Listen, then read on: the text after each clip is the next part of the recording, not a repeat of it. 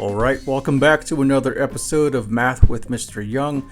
So today we're going to work with 6.4, writing equations in two variables. Our standard is 6th grade evaluating expressions A, and our objective is that we're going to be able to write equations in two variables and analyze the relationship between two quantities. Our mathematical literacy, we have independent variable and dependent variable. All right, with 6.4, writing equations in two variables, our success criteria is that we're going to be able to determine whether an ordered pair is a solution of an equation in two variables. We're also going to be able to distinguish between what an independent variable is and what a dependent variable is. And also we're going to write and graph an equation with two variables and then also create equations in two variables to solve real life problems. All right, with our mathematical literacy, and by that I mean our vocabulary words. So we have the first one, equation in two variables. Now that's exactly what we're working with today. So when we have an equation that has two variables, those two variables have, there's going to be two quantities that change the relationship to one another. Now here's what I mean. Let's say we have h equals 3r plus let's say a. Okay, so this is the equation. Again, this equation is in two variables. Okay, so whatever 3 times r plus a is going to equal the value of h, and we'll get into that in a bit. Now the solution of an equation in two variables is basically the answer to the problem, and we learned about this in 6.1 when we worked with solving equations in one variable. Okay, for here, this is where we have an ordered pair that will make the equation true, and we're going to get into that in a bit. So right here we have the independent variable, and this basically by definition states that the variable represents the quantity that can change freely, and the dependent variable by definition is a variable that depends on the independent variable. So again, think of like dependent. When something depends on another thing, that would be called dependent. For example, I guess when your parents file taxes, you would be considered a dependent. You depend on your parents for everything. You depend on them to provide shelter. You depend on them to buy groceries, to buy you clothes, for everything. You depend on your parents for everything. So think of the dependent variable in that sense as you, the student. And same thing, your parents would be the independent variable. They go to work, they provide, they make a living, and they take care of everything. Same thing. The independent variable would be like your effort in school. Your effort would be if you do your homework, if you turn it in, and then of course how you perform on those assignments. Your grade's going to depend on how you do. Okay, so in this sense, let's write this out. So we have r here. Okay, so r and a, these would be called your independent variables.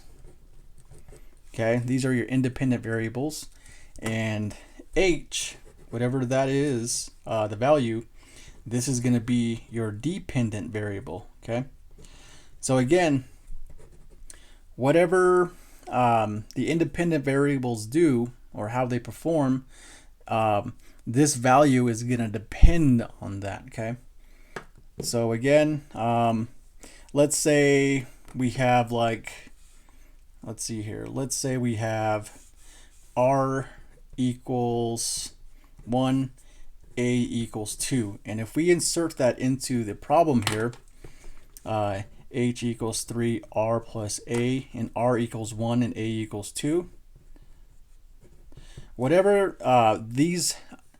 However we solve them using the order of operation, the answer is going to depend on that. Okay, so 3 times 1, according to the order of operations, we multiply first.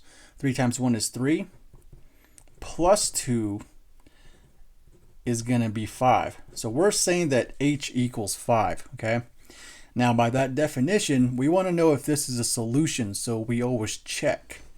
Okay, so we always check, and we do that by rewriting the equation h equals 3r plus a, and inserting 5 here for h, and again, r equals 1, a equals 2, 3 times 1 is 3, plus 2 is going to be 5. Okay, so that checks, and h would be a solution to that equation in two variables, and that makes that true. Okay, so that's what we're going to be doing today. It's the same thing as 6.1, and it's basically the same thing except that we have two variables. And just a reminder, your independent variable, think of this as the input of a function, or the input value of a function. And the dependent variable, this is going to be the output value of a function. Okay, so let's start the mathematical literacy now, so that way when you guys do go into higher mathematics, you'll see how this ties in, and it'll make everything easier as you go forth. All right, so what I want to talk to you guys about really quickly is ordered pairs. Okay, now you have two ordered pairs. You have your x value and your y value in your ordered pairs. Okay, now according to the coordinate grid, I'll color code this again. X value will be green and your y value will be purple. Okay, so when we look at the coordinate grid or the Cartesian plane, your x value would be your horizontal number line. Your y value would be your vertical number line. Okay, and then of course an ordered pair would be like, let's say for example, if I have an x value of 1 and a y value of 2, and this ordered pair here, so I would go on the x-axis starting from the origin.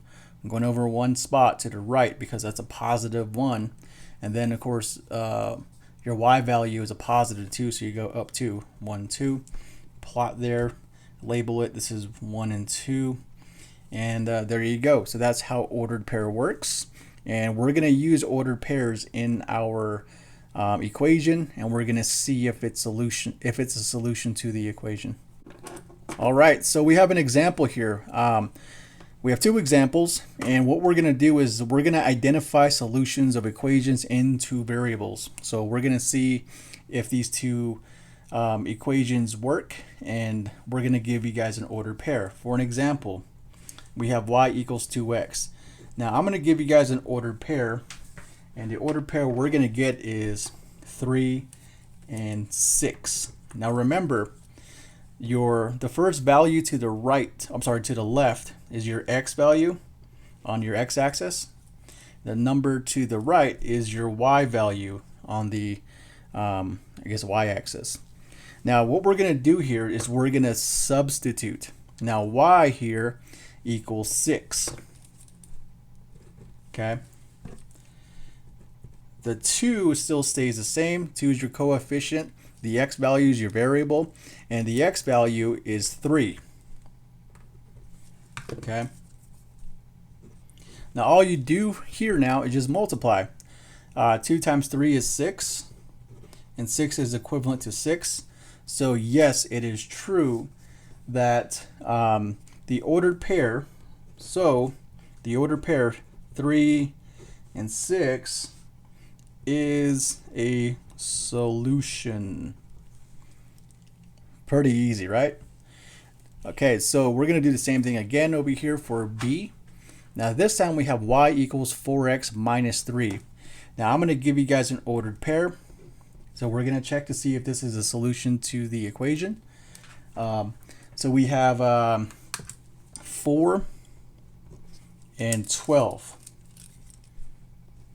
Again, the digit to the left side in your ordered pair is your x value.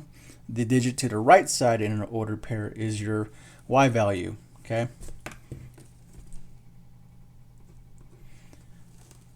Okay, so All we're going to do now is substitute these two values of the ordered pair in the equation, in the equation with two variables. Now your y value equals 12. So y equals 12. Here's y. There's 12. Substitute 12 for y. And then rewrite your equation. But the x value here equals 4. Trying to keep this color coded so you guys can follow. And then rewrite everything. Now we're going to see if this equals 12, then it would be a solution. These order pairs would be a solution to the equation. Now 4 times 4 is 16. 16 minus 3 is going to be 13. So as you can tell, 12 is not equivalent to 13. So the ordered pair 4 and 12 is not a solution to the equation in two variables. All right, so there you guys go.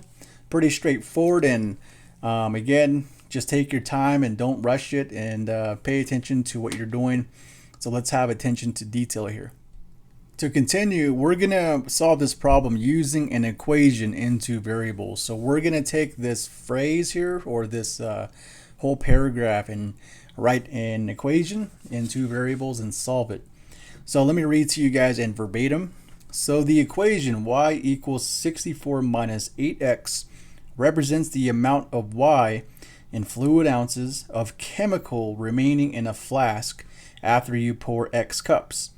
We're going to identify the independent and dependent variables and then answer the question: how much of the chemical remains in the flask after you pour 5 cups? Now in chemistry, when you guys go through school, eventually you'll take a class for chemistry. Now there are tools, special tools that you have. You could have a spot plate, a graduated cylinder.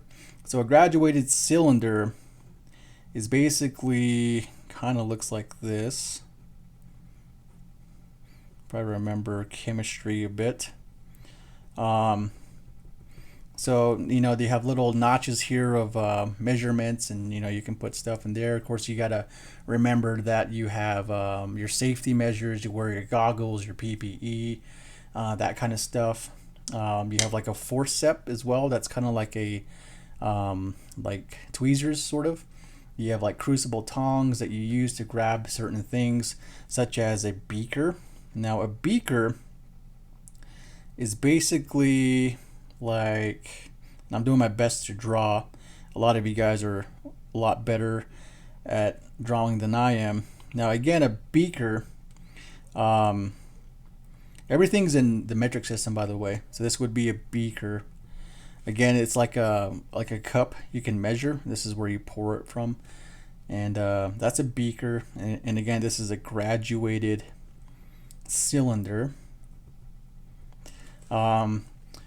But what you have here, what a flask is, it's kind of it looks like a bottle like this. My dog says hello, don't mind him. So this would be called a flask, okay? And again, there's measurements here. And so we're saying in this flask that there's some chemicals in here, in this flask. And we have Y fluid ounces of chemicals that remain in this flask here, okay? And so we want to identify what the dependent variable is and the independent variable. So we're going to use this equation, and it says that, so you have your x-axis and your y-axis. So here, with this ordered pair, we're going to put in here, let's see here. Okay. So we're going to rewrite the equation y equals 64 minus 8x. And it says that the flask, okay, identify the independent and dependent variables, how much of the chemical remains in the flask after you pour 5 cups. So if we pour 5 cups, then that would be where your x value equals 5. Okay, so Your x value is 5, and we don't know the y value, and that's exactly what we're looking for. So in this sense, your x value is going to be your independent variable. Your y value is going to depend on that independent variable. So your y value is your dependent variable. Okay, so now let's go ahead and pour this. Whatever the answer is, we're going to have here. So we don't know what y is, but again, if you rewrite the equation 64 minus 8x, but x equals 5, because we pour 5 cups, we want to know how much of the chemical is left in this flask. According to order of operations with gamma, there's no grouping symbols, there's no exponents, but we do have the multiplicative operations with multiplication, division. We work left to right, whichever comes first. In this case, we have multiplication. 8 times 5 is 40. Okay. Now, 64 take away 40 would be 24. So our y value equals 24. So we would have, in this case, fluid ounces. We had to have 24 fluid ounces of chemical left in that flask. Okay, so there you go. And I guess we could check by rewriting y equals 64 minus 8x. Your y value, we're saying, is 24. 64 minus 8, and your x value is 5. This is 40. 64 take away 40 equals 24, and 24 is equivalent to 24, so that checks. So there you go. So again, how much of the chemical remains in the flask after you pour 5 cups? Well, we're going to say that there are 24 fluid ounces, because we're working with fluid ounces, remaining in the flask. And again, the flask looks like that bottle right here when you take chemistry.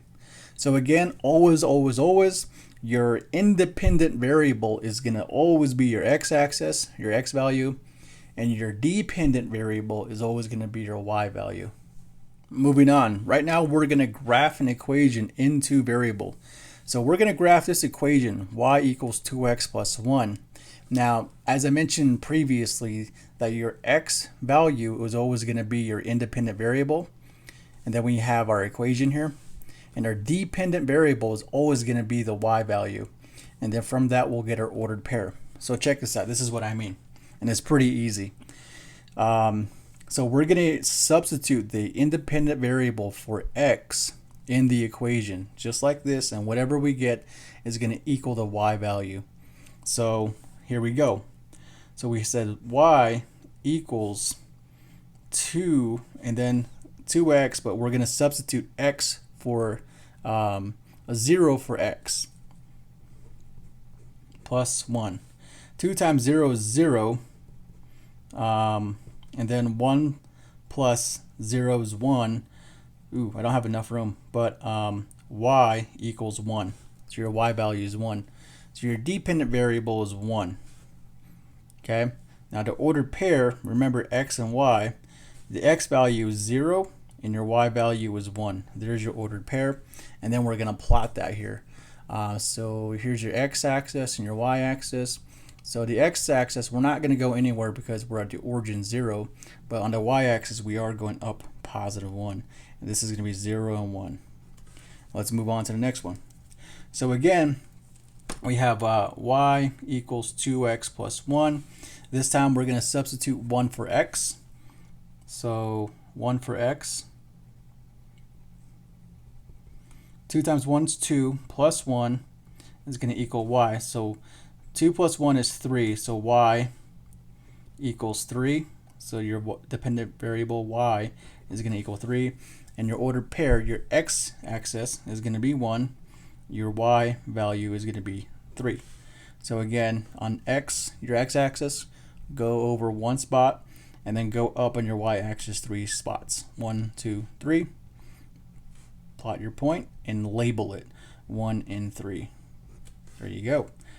Same thing for number 2, or the third problem. Now again, you know that y equals 2x plus 1, but we're going to substitute 2 for x. So we're going to have y equals 2 times 2 plus 1. 2 times 2 is 4, plus 1 is going to be 5. So we're saying y equals 5. So your dependent variable is 5. And your ordered pair, your x value is 2. Your y value is 5. So again, your x-axis, go over positive 2, 1, 2, and then go up 5. 1, 2, 3, 4, 5. Plot there. This is be 2 and 5, and don't forget to label it. Last one. Here's your equation in 2 variables, x and y. Now we're going to substitute 3 for x. So we're going to have y equals 2 x plus 1, but y equals 2, substitute 3 for x, plus 1. 2 times 3 is 6, plus 1 is going to be 7. So y equals 7. So your y value is going to be 7. That's your dependent variable. And your ordered pair, your x value is 3. Your y value is 7. And again, you're going to plot that onto your coordinate grid. So we're going to go over 1, 2, 3 on your x-axis and go up 7 on your y-axis. 1, 2, 3, 4, 5, 6, 7. Plot there. Label it 3 and 7. And there you go. So all you would do is grab that nice ruler that I gave you guys and go ahead and align your points and put a line through it. Boom. There you go. And you, my friends, just graph that equation, y equals 2x plus 1, into variable. Your x axis is your independent variable, and your y value is your dependent variable to make ordered pairs. There you go.